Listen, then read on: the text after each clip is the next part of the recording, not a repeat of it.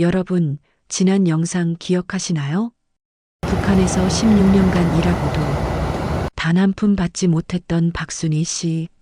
한국에서 첫 월급 250만 원을 받고 제게 12분 37초간 통곡하며 전화했던 그 이야기.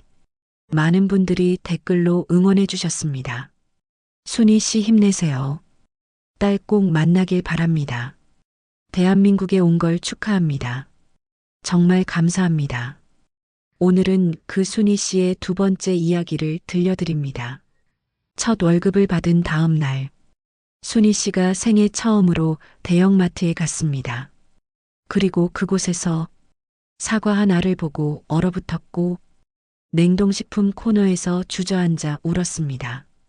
도대체 무슨 일이 있었던 걸까요? 지금부터 그 이야기를 전해드립니다.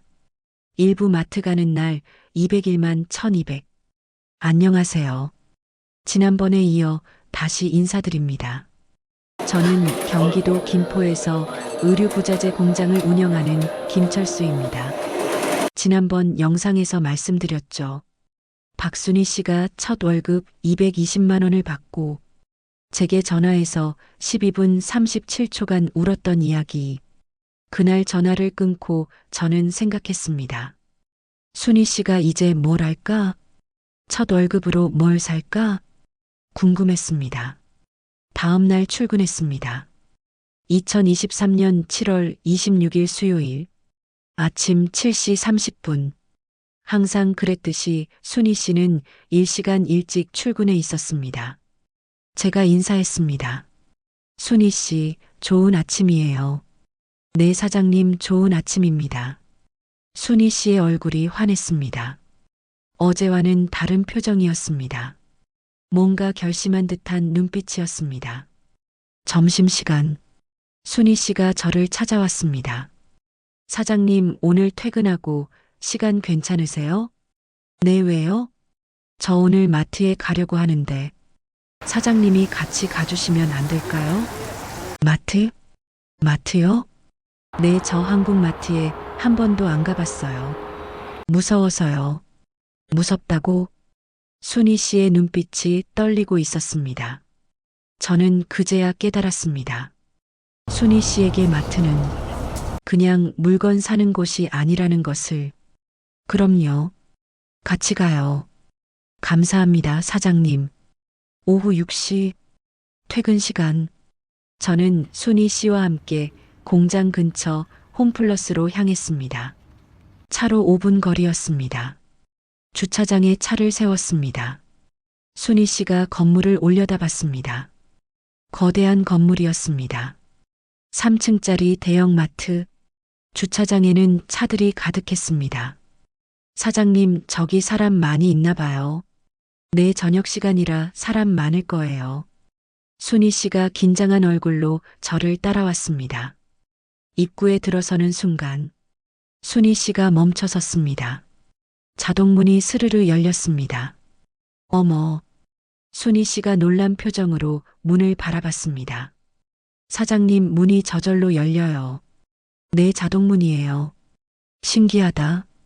저에게는 너무나 당연한 것이 순희 씨에게는 신기한 것이었습니다. 마트 안으로 들어갔습니다. 순희 씨가 또 멈춰 섰습니다. 입을 다물지 못했습니다. 천장까지 닿을 듯한 높은 진열대, 수백 가지 상품들, 밝은 조명, 쇼핑 카트를 끌고 다니는 사람들, 계산대에서 들리는 삑삑 소리. 사장님, 순희 씨의 목소리가 떨렸습니다. 여기 진짜 다 살 수 있는 거예요? 내 돈만 있으면 다 살 수 있어요. 진짜요? 순희 씨의 눈에 눈물이 맺혔습니다. 아직 아무것도 보지 않았는데 벌써 눈물이었습니다. 제가 카트를 하나 가져왔습니다. 순희 씨, 이거 끌고 다니면서 담으면 돼요. 이게 뭐예요? 쇼핑 카트요. 물건 담는 거예요. 순희 씨가 조심스럽게 카트를 잡았습니다. 손이 떨리고 있었습니다. 사장님, 저 뭘 사야 할지 모르겠어요. 천천히 둘러보면서 필요한 거 담으세요. 네. 우리는 천천히 마트 안으로 걸어 들어갔습니다. 순희 씨의 마트 첫 방문이 시작됐습니다. 제일 먼저 눈에 들어온 건 과일 코너였습니다. 형형색색의 과일들이 산처럼 쌓여 있었습니다. 빨간 사과, 노란 배, 보라색 포도, 초록색 키위, 주황색 오렌지, 그 모든 것이 조명을 받아 반짝이고 있었습니다. 순희 씨가 그 자리에 얼어붙었습니다. 발을 떼지 못했습니다. 사장님, 네. 저건 다 진짜예요? 네, 진짜 과일이에요. 저렇게 많아요? 네, 매일 새로 들어와요. 순희 씨가 천천히 과일 코너로 다가갔습니다. 마치 박물관에 온 것처럼 조심스럽게 걸었습니다. 사과 앞에 섰습니다.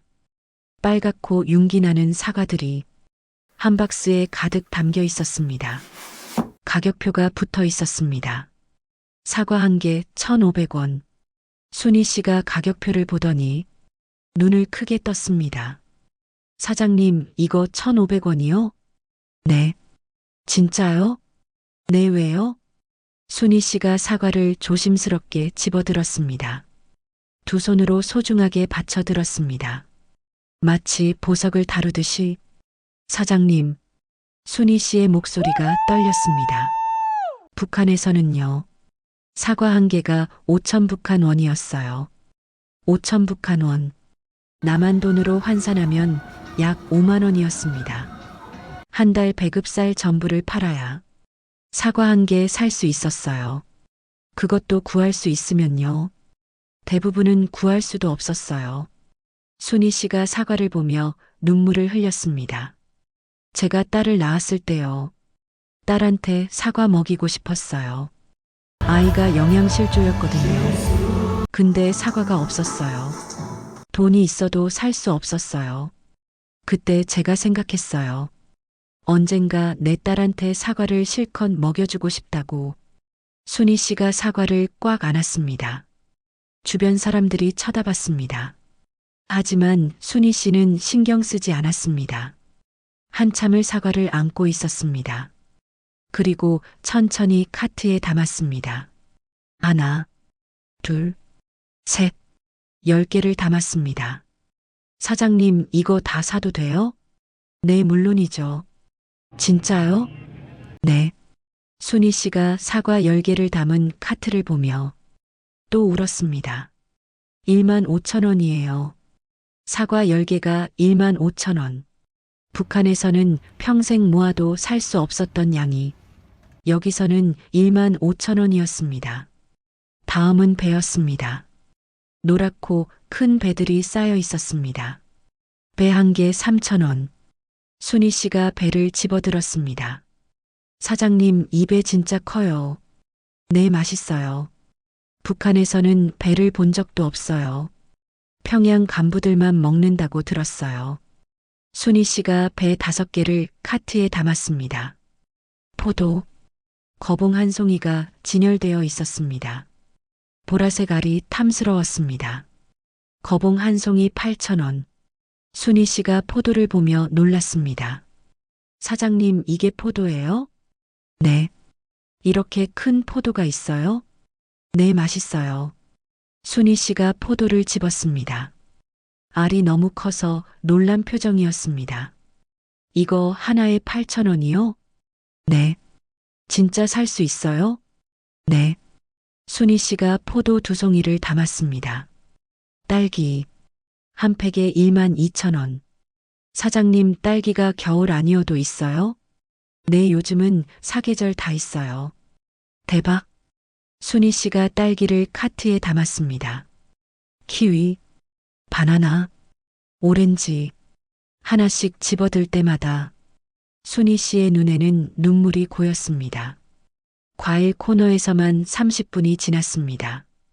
순희 씨의 카트에는 과일이 가득 담겼습니다. 사과 10개, 배 5개, 포도 2송이, 딸기 1팩, 키위 10개, 바나나 2송이, 오렌지 5개. 제가 물었습니다. 순희 씨, 이거 다 드실 거예요? 아니요. 그럼요.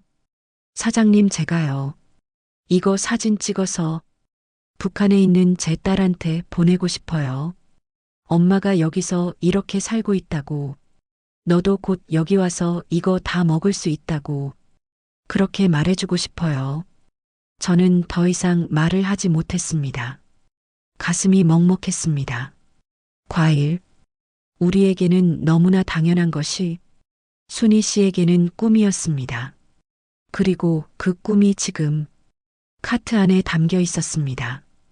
과일 코너를 지나 채소 코너로 향했습니다. 싱싱한 채소들이 물을 뿌리며 진열되어 있었습니다. 상추, 깻잎, 양배추, 브로콜리, 당근, 감자, 고구마. 순희 씨가 채소들을 만져봤습니다. 사장님, 이거 다 오늘 아침에 온 거예요? 그럴 거예요. 매일 새 거 들어와요. 대박. 순희 씨가 상추 한 봉지를 집었습니다. 상추 1봉지 2,500원. 북한에서는요, 상추가 귀했어요. 여름에 밭에서 조금 나는데 그것도 금방 끝났어요. 그런데 여기는 1년 내내 있어요? 네. 신기하다. 순희 씨가 상추, 깻잎, 양배추를 담았습니다. 다음은 정육 코너였습니다. 소고기, 돼지고기, 닭고기가 진열장에 가득했습니다. 순희 씨가 발을 멈췄습니다. 정육 코너 앞에서 한참을 서 있었습니다. 사장님. 네. 저기 진짜 고기예요? 네. 저렇게 많아요? 네, 매일 새로 들어와요. 순희 씨가 천천히 다가갔습니다. 소고기 앞에 섰습니다. 한우 등심 백지 12,000원. 사장님, 100g에 12,000원이요? 네, 한우라서 좀 비싸요. 비싸요? 순희 씨가 고개를 저었습니다. 아니에요, 안 비싸요. 북한에서는요, 고기를 1년에 한 번 볼까 말까 했어요. 명절 때 배급으로 나오는데 한 사람당 200g. 그것도 나올 때도 있고 안 나올 때도 있었어요. 그런데 여기는요, 돈만 있으면 언제든 살 수 있잖아요. 순희 씨가 돼지고기를 집었습니다. 돼지고기 앞다리 백지 2,000원. 이건 싸네요? 네, 돼지고기는 저렴한 편이에요. 순희 씨가 돼지고기 1kg를 담았습니다. 닭고기도 담았습니다. 그리고 수산 코너로 갔습니다. 생선들이 얼음 위에 진열되어 있었습니다. 고등어, 갈치, 오징어, 새우. 사장님, 생선도 이렇게 많아요? 네. 북한에서는요, 바닷가 사람들만 생선 먹었어요. 저는 내륙이라 생선을 거의 못 먹었어요. 순희 씨가 고등어를 집었습니다. 고등어 한 마리 3,000원. 3,000원. 순희 씨가 중얼거렸습니다. 북한에서 한 달 월급이 여기서는 생선 한 마리, 고등어 3마리를 담았습니다. 그리고 냉동식품 코너로 향했습니다. 커다란 냉동고가 줄지어 있었습니다. 만두, 피자, 치킨, 떡볶이, 핫도그. 모든 것이 얼어 있었습니다. 순희 씨가 냉동고 앞에 섰습니다. 문을 열고 안을 들여다봤습니다. 차가운 냉기가 얼굴에 닿았습니다. 순희 씨가 만두 한 봉지를 집었습니다. 왕교자 만두 1봉지 5,000원. 봉지를 들여다봤습니다. 투명한 비닐 안에 하얀 만두들이 가지런히 들어 있었습니다. 사장님, 순희 씨의 목소리가 떨렸습니다. 이거요. 집에 가져가서 전자레인지에 돌리기만 하면 돼요? 네, 아니면 쪄도 되고요. 그럼 바로 먹을 수 있어요? 네. 순희 씨가 만두 봉지를 꽉 쥐었습니다. 손이 떨렸습니다. 사장님, 저 북한에서요. 순희 씨의 눈에서 눈물이 흘러내렸습니다. 만두 만들려면요, 밀가루 구해야 하고, 고기 구해야 하고, 야채 구해야 하고, 전부 구하기 어려웠어요. 그래서 명절 때도 만두를 못 만들 때가 많았어요. 딸이 엄마 만두 먹고 싶어 그러면 다음에 만들어줄게 그랬는데 다음이 안 왔어요. 딸이 만두 한번 먹어보고 싶다고 눈물 흘릴 때 저는 너무 가슴이 아팠어요. 그런데 여기는요. 5천 원이면 만두 한 봉지를 살 수 있어요. 집에 가져가서 전자레인지에 돌리면 5분 만에 만두를 먹을 수 있어요. 순희 씨가 그 자리에 주저앉았습니다. 냉동고 앞 바닥에 만두 봉지를 안은 채 흑흑흑 울음소리가 터져 나왔습니다. 주변 사람들이 멈춰 섰습니다. 무슨 일인지 쳐다봤습니다. 하지만 순희 씨는 신경 쓰지 않았습니다. 제 딸이요. 지금 북한에서 제대로 밥도 못 먹고 있는데 엄마는 여기서 5천 원으로 만두를 사고 있어요. 엄마가 미안해. 엄마가 정말 미안해. 저는 순희 씨 옆에 무릎을 꿇었습니다. 그리고 조용히 말했습니다. 순희 씨 빨리 돈 모아서 딸 데려오세요. 그래서 여기서 만두같이 먹어요. 괜찮아요, 괜찮아요. 순희 씨가 고개를 끄덕였습니다. 한참을 울고 나서야 천천히 일어났습니다. 만두 5봉지를 카트에 담았습니다. 사장님 딸 오면 매일 만두 해줄 거예요. 그래요, 그러세요. 피자도 담았습니다. 치킨 너겟도 담았습니다. 냉동 떡볶이도 담았습니다.